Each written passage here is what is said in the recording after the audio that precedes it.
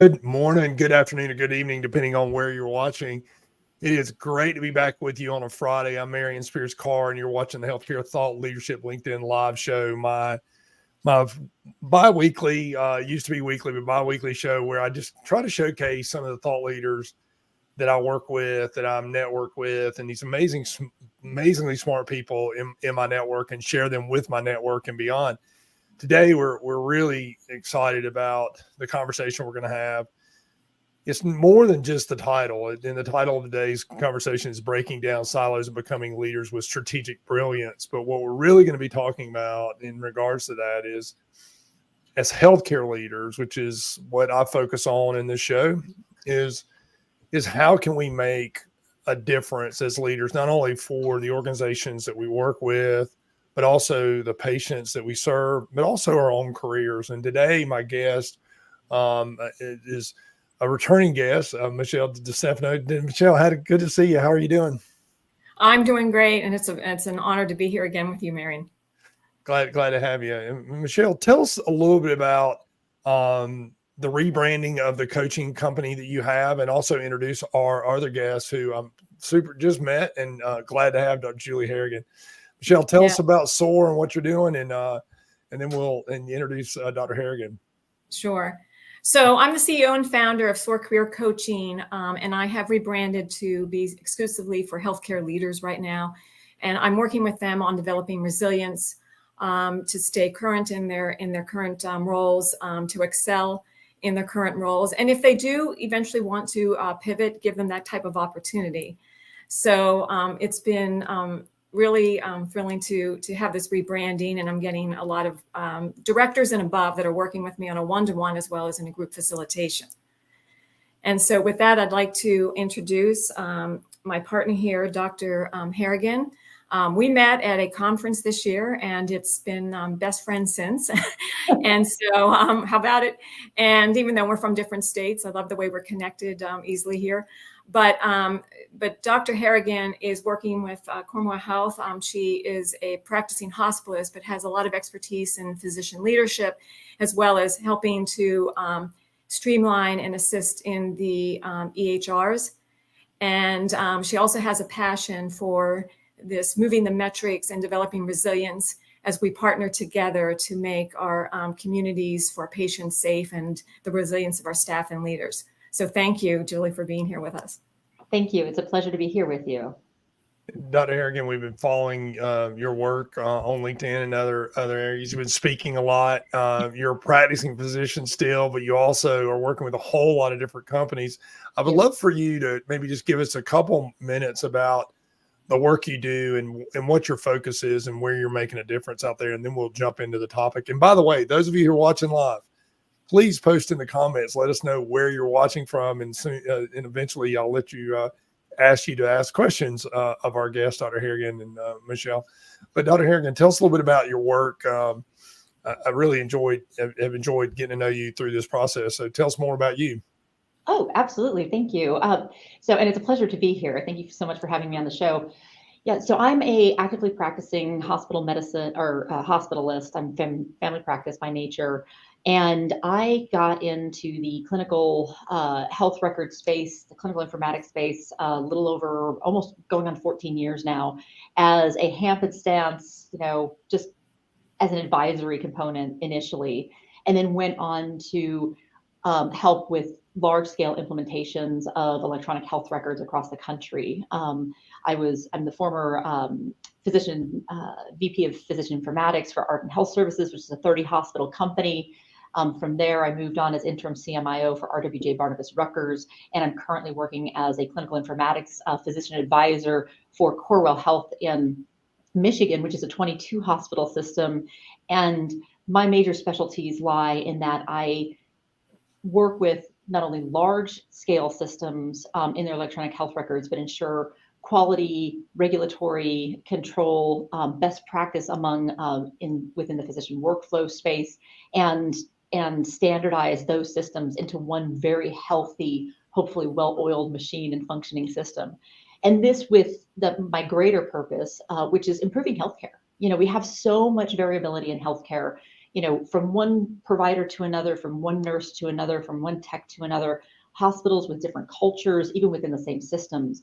And what I found throughout this work, and what gives me, tremendous joy and just tremendous satisfaction, is taking these healthcare systems that are, not necessarily dysfunctional, just very disjointed in the way that they practice, high variability, and even though they've been working and doing the same thing for many, many years, one, hopefully giving them a better perspective or a different perspective on how to practice, helping the providers, improve their workflows, really standardize and practice to the best of their abilities, in that evidence-based space, which improves quality, and then bringing together multidisciplinary teams of nurses, of doctors, and then together with the hospital leadership, and healthcare leadership, because I work in the ambulatory area as well, to have those conversations to really improve their system's way of working, and we improve patient experiences, quality of healthcare. Our outcomes are better, and it's just really a win-win for everybody. And so that's what I'm very, very passionate about, is just working at that leadership level to just improve things from the top, to the top all the way down. And the results have just been tremendous over the years. And what a great story. And in the world that I'm in, I run an executive search group, for those of you who are watching the show that doesn't know. And one of my areas of focus is in the space of physician leaders, but also the work that's being done in the value-based care space, changing the model of care, the challenges we're facing in healthcare delivery across the board. And one of the reasons I wanted to have this conversation is because, Michelle, you and I were talking about the fact that traditionally, healthcare leadership groups have been kind of very much siloed. That was, as a matter of fact, that was kind of the leading point that I made in our post, that nursing leadership kind of stuck within the nursing ranks, and physician leaders and physicians and clinical physicians kind of stuck to themselves. And even though we were working collectively to deliver care, there's always been these divides in terms of this collaboration and collegiality. And by the way, before I jump in here, Michelle, I want to get us going, but some people are checking in. Aaron's checking in from Cincinnati. Good to see you. Trent Good, a great healthcare leader in South Georgia, is checking in from Atlanta, or South Atlanta, down that direction. Lily's checking in from Austin, Texas. We have somebody checking in from Charlotte.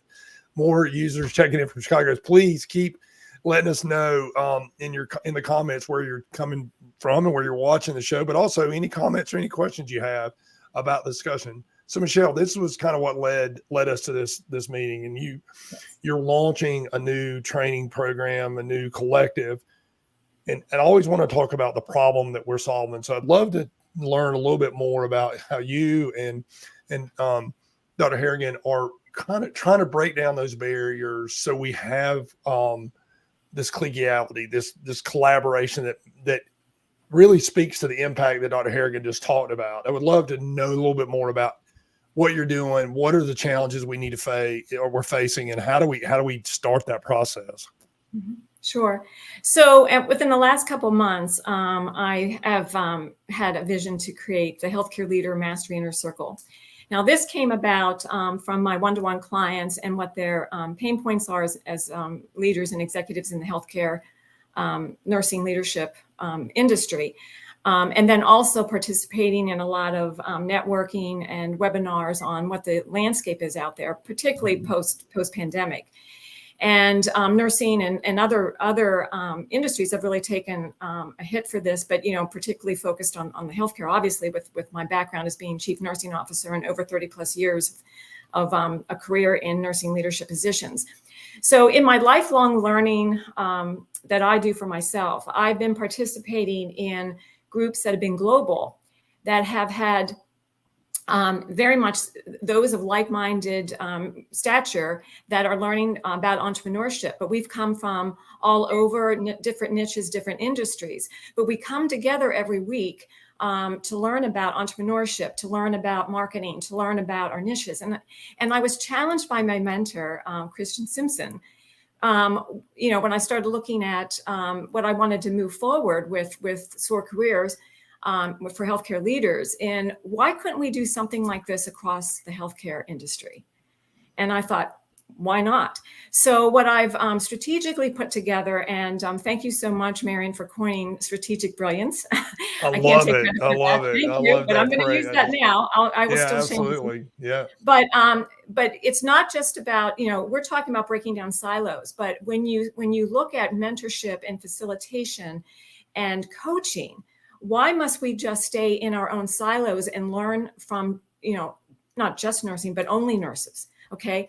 So I've put together a collective thought of thought leaders right now that are very passionate about the healthcare industry, not necessarily always in the healthcare industry. And these are going to be our content experts as we roll out our program that starts next Friday. We did have an onboarding. Mm-hmm. And then the healthcare leaders that I'm looking for, we have participants that are advanced practice nurses that are working on, metrics. We have those that are leading emergency departments, and the throughput is their number one initiative, right, to get it right. And then all of the quality indicators in an ER. We have outpatient leaders. And we also have academic partners that have created academic partnerships to have the influx of nurses in and have done research on what works and not. So we are building this framework of breaking down silos, okay, inside our organizations with these leaders as well as participants in this healthcare leader mastery. And it's not just a series of education. It is definitely going to be interactive. There is going to be a query of questions that comes in. There will be mentorship and also strategic initiatives with me on a one-to-one as they roll out the concepts that we're moving forward with. And this came from actual participants. This came from the founding members of what were their pain points, challenges, and what they want to excel in. And they're a bunch of really brilliant people, I have to say. Met them for the first time the other day on our first get together prior to starting the program, and Michelle's put together just a very intelligent group of individuals who are going to bring just a wealth of knowledge to the table and great collaboration. I love this idea of different disciplines, people from a lot of different walks of life. And Michelle, when you were walking through all the different lists of places where they're coming from, I think that's truly what needs to happen. I've been attending a lot of conferences lately, listening to a lot of speakers, and I think there's a key interest to this, but I think there's some barriers to it as well. I think Dr. Harrigan, I'm gonna throw you a little bit of curveball here, and you're like, oh my gosh, I came on this show, I thought it was gonna be scripted, but it's not. So forgive me. But as a physician leader, what have been some of the challenges that you see within, not just from the physician ranks, but within non-physician leaders in terms of being able to collaborate, being able to really see each other's point of reference toward the goal of making ultimately the patient experience better and improving the lives of the patients? But where do you feel like some of the barriers have been in communication or working? I guess the question is what's slowed this? Why is it now that we're coming to this point? And I guess that maybe that's the question. I know there was like 5 questions in there, so forgive me for that. That is totally okay. I'm like, let me count the ways. How many ways can I answer this? I think I'll start with an interesting kind of, so in my own personal life, my mom is an ICU nurse. My dad's a doctor. I became a doctor ultimately. And, doctors don't speak nurse. Nurses don't speak doctor. Nobody speaks tech or unit clerk. And then even fewer and far between do we ever speak higher level administration, right? Because everybody thinks that nobody's paying any attention to what's happening boots on the ground. And I don't necessarily disagree with that notion. And I think there's a tremendous amount of bias that we bring into our own silos as healthcare professionals, because we stay in our lane to the degree to which we lose sight of what everybody else is doing that is contributing to that patient care. And so, it's kind of like going into an operating room and everybody's well coordinated, everything is fantastic, there's no issues, the instruments are out, everybody's scrubbed in, and the surgeon comes in and starts throwing stuff around the room, having a temper tantrum. Yeah. And they have no idea, just in their own world, what all of the preparedness was to just welcome that person into that space and then have it all, blow up and all the work and coordination that went into that, from even materials management, just down to that little piece. And so I guess that part is, I think, where the dysfunction lies. And, having been on multiple clinical advisory councils as with chief nursing officers as the sole physician, I would say the sole physician voice of reason, right? Trying to condition myself and really improve in myself and my professionalism to really listen to these leaders, these very, very smart women, men, and understand where they're coming from the nursing perspective, and really coming to understand how that made my job so much better, how all of the things kind of in that, perceived background, and I say perceived because it's really a perception that we have as that we just have no idea about, and we just show up and bark a bunch of orders and leave, So I think that is very inherently indicative of what is going on in our healthcare systems, where, again, going back to breaking down the silos, where we're all working in these silos, and it's kind of like men are from Mars, women are from Venus. We're just not speaking the same language, and nobody, and I think it's our job, and hopefully it'll be, the result of some of the work that we're doing here to bring those folks together and open their eyes a little bit to, maybe you should open your ears, and, take some of those barriers down and understand that you're not just it, it's not just the world, and vice versa. The nursing world, trying to relate to, to us as providers is, and bless their hearts. I don't know how I honestly don't know how y'all put up with us at all, but just, getting into that mindset also, and then working as a much more collaborative team. I think that's the problem, and hopefully, in theory, the solution, right? Yeah, what a great! I love what you just said about not only open your eyes but open your ears too, and listen intently. I love that idea. By the way, there's a couple people having some technical difficulties, can't see the video but can hear the audio. We apologize. This will be recorded, so if you're watching it live and you're missing parts of it, it'll be up on LinkedIn. You'll be able to watch it again and again. Shout out to some people checking in. Cindy's checking in from Pennsylvania. Michael Young. Yeah. Michael Young is checking in. Michael Young is a thought leader in the world of biotech and is an incredible person. And he's in my home state right now of Pinehurst, North Carolina. Michael, I'm just going to shout out to you. I hope you're playing golf. I'm not a golfer, but it's the golf. That's the place to play golf in the world. Michelle, I want to come back to a comment that Dr. Harrigan just made around the breaking down the barriers and the listening part.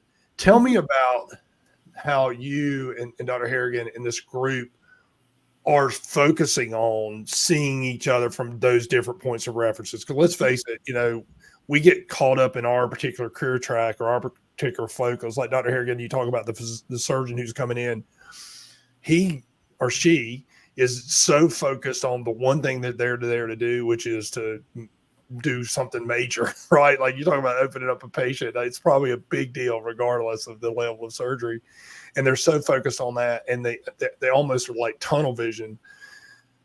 That also kind of crosses the barriers in leadership, how administrative might be focused on the financial piece or whatever it might be. Michelle and Dr. Harrigan, I'd love to hear how can we step back and go, wait a minute, we do need to hear it from their perspective. We do need to be open-minded and not be so tunnel vision. Yes. So to add on to what Dr. Harrigan is saying, we're programmed like this because look at our organizational structures today. I remember, I'm going to outdate myself, but we started talking about the matrix organization, and not all nurses reported into nursing and those kind of things. And we changed different structures. But at the end of the day, there is a staff nurse clear up to chief nurse, and there is a medical student clear up to CMO. And we've done a very good job about trying to manage up and communicate, like we said, stay in our lanes. But then when we know that we have to really focus on value-based purchasing and make a difference for our patients and have high reliable organizations, there isn't anything in my career that if I was successful and my team was successful and I led an organization to magnet accreditation, so I had to show these outcomes, like, superiorly to the world. I did not do that in a vacuum with nursing. And so what we are trying to do is that, for lack of a better word, this curriculum or facilitation is going to be in two different kind of buckets, I say. And one is definitely on this culture of excellence and what we need for the culture of excellence. So this is sharing our standards of practice. I actually started an academic partnership, but we were decreasing our COTIs when I was a chief nursing officer. And Dr. Harrigan and I laughed about this, but my campaign was WTF, why the Foley? And I love saying WTF in my frustration, but it meant why the Foley. And so the thing is that I had to partner with our transplant surgeons because renal transplant patients keep Foleys in longer. It's not 2 days. It's the protocol and they have a higher risk of infection. So we had to partner together to figure out the type of Foley catheter that was going to decrease risk. We had a collaboration of nurses around the table and physicians saying, we're going to be on you every day. We're going to call you up and say, why the Foley? And make you think, or do you have to take, we're going to help you out in your rounds. And so this is where we're giving this facilitation and this guidance of those of us who have made an impact and made a difference and moved our metrics. And to not just think my staff, everyone needs protected nowadays, everyone's burnt out, but how do we come together for the good of everyone? And it's going to be in the cultures of excellence, what I coin, but also then on individual leadership. Okay. Many of my participants are going to be opting into strength finders and also disc assessments. How do you communicate and really getting to that strategy with them?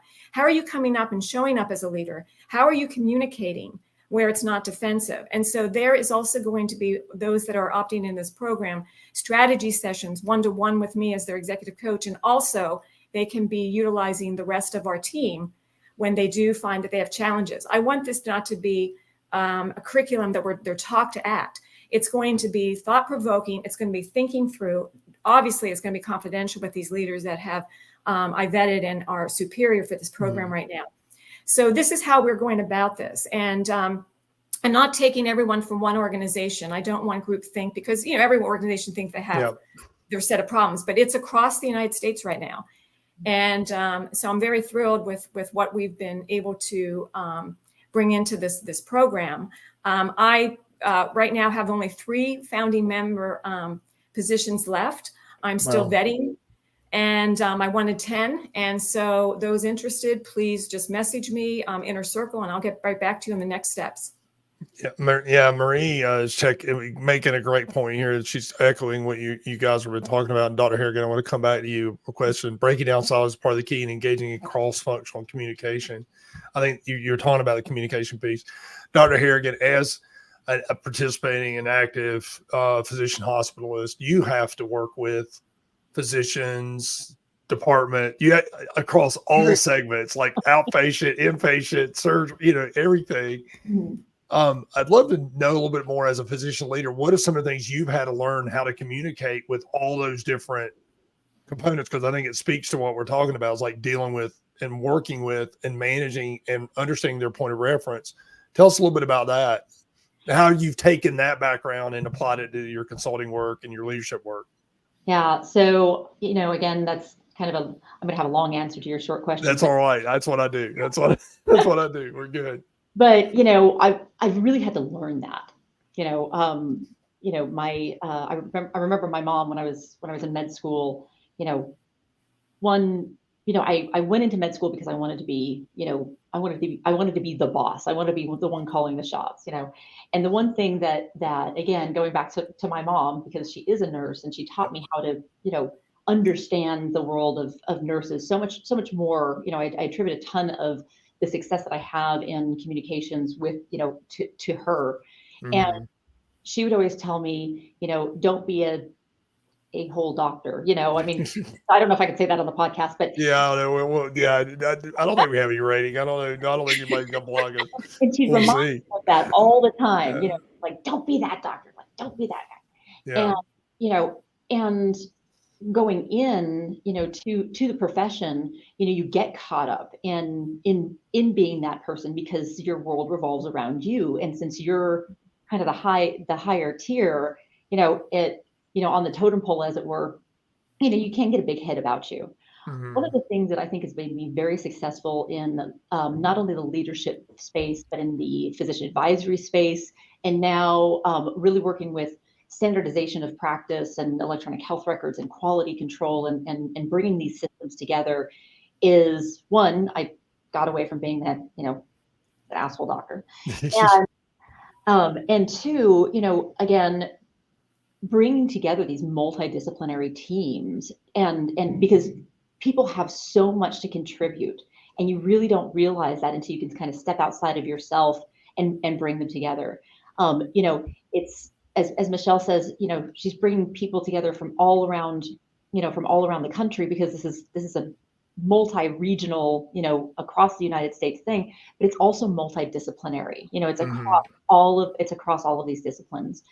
And I think my biggest takeaway and the biggest improvement that I have made, not only as a physician, but as an executive leader and now an advisor to these healthcare systems, is that you cannot just do things in silos. In the electronic health record space, it's like you can't just have an order set team building order sets. You have to bring in the nurses, you have to bring in the doctors. Mm-hmm. Many times you have to bring in, quality, you have to bring in compliance, into that regulatory space to make sure that you're crossing your T's and dotting your I's and providing those physicians who are going to put those orders in with the best possible information to do their job and decrease that variability in practice.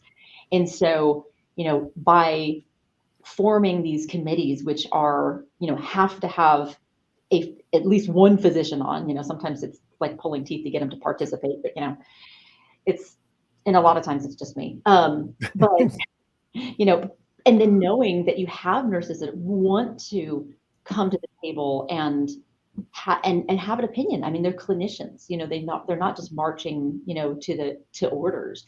And then sometimes bringing in some of those other disciplines, and oftentimes bringing in leadership to work with those conversations, the CMOs, the CFOs, the COOs, so that they understand why we're having these conversations, because a lot of times, sometimes they might not even be clinical, right?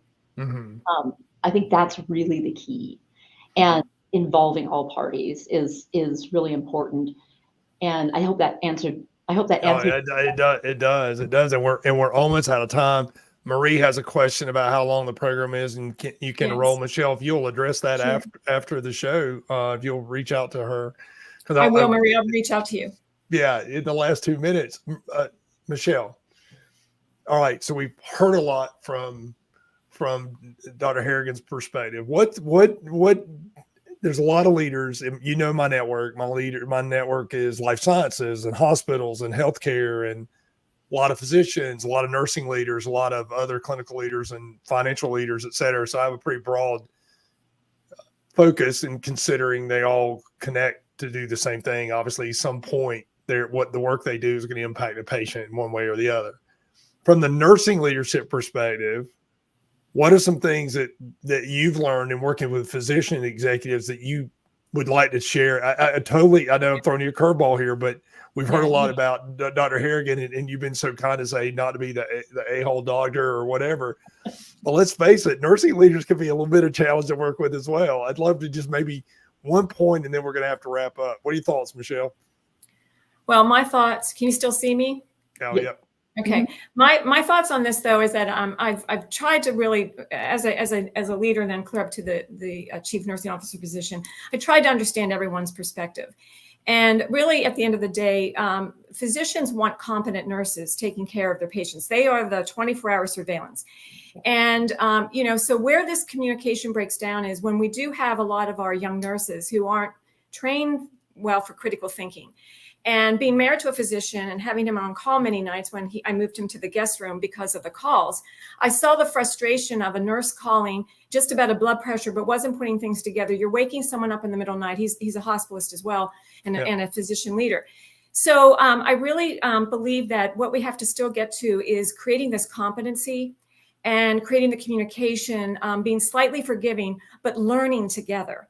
And if you take the model of a residency for physicians with the chief resident asking questions, that was the way I led as a chief nurse. When I would do rounds, it wasn't just, hi, how are you? But I would listen to report with my team, whether it's be advanced practice nurses, clinical nurse leaders. We ask questions to get the nurse to think. It's not about reporting a blood pressure. What's going on with this patient? A temperature on a leukemic is different than a temperature on a post-op surgical patient. Okay. And so the more that we dialogue like this, and the more that we create the partnerships with our academicians, schools of nursing, and how we can foster this, that's where I really think it is. I think that we all want, I try to see the good in all. We all want the best for our patients and for our organizations. We all want to be on a winning team. And I think we have to start from basics again. And whether a nurse is brand new, what can we do to still continue that excellence and continue to mentor and coach? And it's lifelong learning. And so that is I've had physicians that have been so supportive of me as an ICU nurse, all different places I was in the service line, but I had to first show that I was confident and that I was willing to listen and hear. I just love the development of critical thinking skills, asking questions, and that allows you, especially as nurses, to practice at the top of your license as the brilliant, decisive clinicians that you are. And that, I think, is the best gift that a nurse can give a doctor, and vice versa.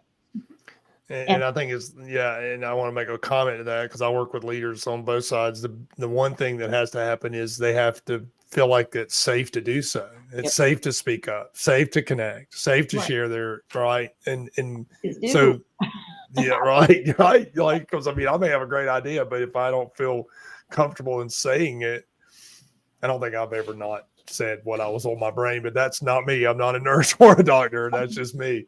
But I do think creating that as leaders, we need to create an environment of safety that says, hey, look, we are working collaboratively. We are working together. We are over time, which I knew was going to happen.